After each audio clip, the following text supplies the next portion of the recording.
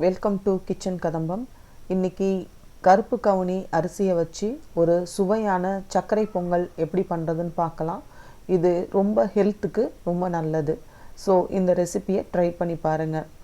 இதுக்கு கருப்பு கவுனி ஒரு அரை கப் எடுத்து நல்லா கழுவிட்டு அது ஒரு 12 மணி நேரம் ஊற வைங்க. ஊற வச்ச பிறகு அதை குக்கரில் மாற்றி 3 கப் தண்ணி ஊற்றி கொஞ்சமாக சால்ட் போட்டு ஒரு ஏலக்காய் போட்டு அதை வேக விடுங்க. இதில் ஒரு அரை கப் பால் சேர்த்துக்கோங்க. அது டேஸ்ட்டு நல்லா கொடுக்கும். மிதமான தீயில் ஒரு 10 விசில் விடுங்க. அப்போ தான் அரிசி நல்லா வேகும். இது வேகிறதுக்குள்ளே தாளிக்கிற கரண்டியில் 2 டேபிள் ஸ்பூன் நெய் ஊற்றி கோகோனட் பீசஸை நல்லா வறுத்துக்கோங்க.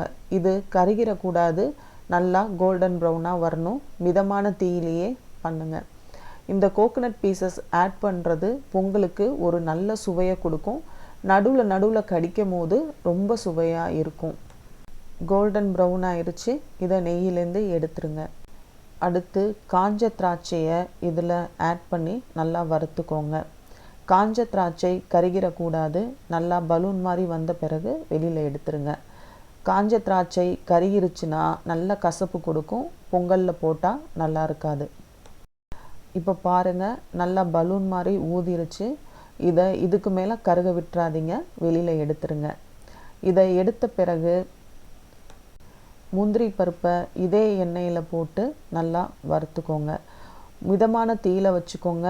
முந்திரி பருப்பு சட்டுன்னு கருகிரும். இதை 4 பக்கமும் திருப்பி விட்டு நல்லா மொறுமொறுன்னு வர நல்லா வறுத்துக்கோங்க. கோல்டன் ப்ரௌனாக ஆகணும். பாதியில் எடுத்திங்கன்னா நல்லா இருக்காது. இப்போது கரெக்டான பதத்தில் இருக்குது. வெளியில் எடுத்து தனியாக வச்சுக்கோங்க. இப்போது 1.25 கப் வெல்லத்தை நம்ம கரைச்சிக்கலாம். ஒரு 1/4 டம்ளர் தண்ணி ஊற்றி அதை நல்லா கரைச்சிக்கோங்க. இதில் இருக்கிற தூசெல்லாம் ஃபில்ட்ரு பண்ணி ரெடியாக வச்சுக்கோங்க. குக்கர் விசில் அடங்கிருச்சு. இப்போ ஓப்பன் பண்ணி பார்க்கலாம். இதில் தண்ணி கொஞ்சம் இருக்குது. அரிசி கொஞ்சம் நல்லா வெந்திருக்கு. ஆனாலும் நம்ம நார்மல் பச்சரிசி மாதிரி இது அப்படியே குலைவாக இருக்காது. எவ்வளோ வெந்தாலுமே அதுக்கு ஒரு நறுக்கு சுவை இருந்துக்கிட்டே தான் இருக்கும். வடிகட்டி வச்சுருக்க வெள்ளை தண்ணியை இதில் சேர்த்துருங்க. சேர்த்து நல்லா அடி பிடிக்காமல் கிண்டி விட்டுருங்க. இது ரொம்ப சுவையான ஒரு பாயாசம். நல்லா குலைவாக இல்லாட்டினாலும் அரிசி ஒவ்வொன்றும் தனியாக தெரியும் உங்களுக்கு. இப்போது இதோட பச்சை கற்பூரத்தை ஆட் பண்ணி நல்லா கிண்டி விடுங்க. அதோட ஒரு அரை கப் பாலையும் கலந்துக்கோங்க. இந்த பச்சை கற்பூரம் இந்த பொங்கலுக்கு ஒரு டிவைன் டேஸ்ட்டை கொடுக்கும். அதனால் மறக்காமல் போடுங்க. இப்போது இது ஒரு கொஞ்சம் திக்கான கன்சிஸ்டன்சிக்கு வந்துருச்சு. இப்போது 2 டீஸ்பூன் கீ ஊற்றிக்கோங்க. இப்போது நம்ம வறுத்து வச்சுருக்க தேங்காய், கிஸ்மிஸ், முந்திரி பருப்பு இது எல்லாத்தையும் சேர்த்து ஒன்றா கலந்து விட்டுருங்க. அடி பிடிக்க விட்டுறாதீங்க. இந்த கன்சிஸ்டன்சிலேயே ஹீட்லேருந்து எடுத்துருங்க. ஏன்னா போக போக இது இறுகிக்கும். இந்த கன்சிஸ்டன்சி கரெக்டாக இருக்கும்.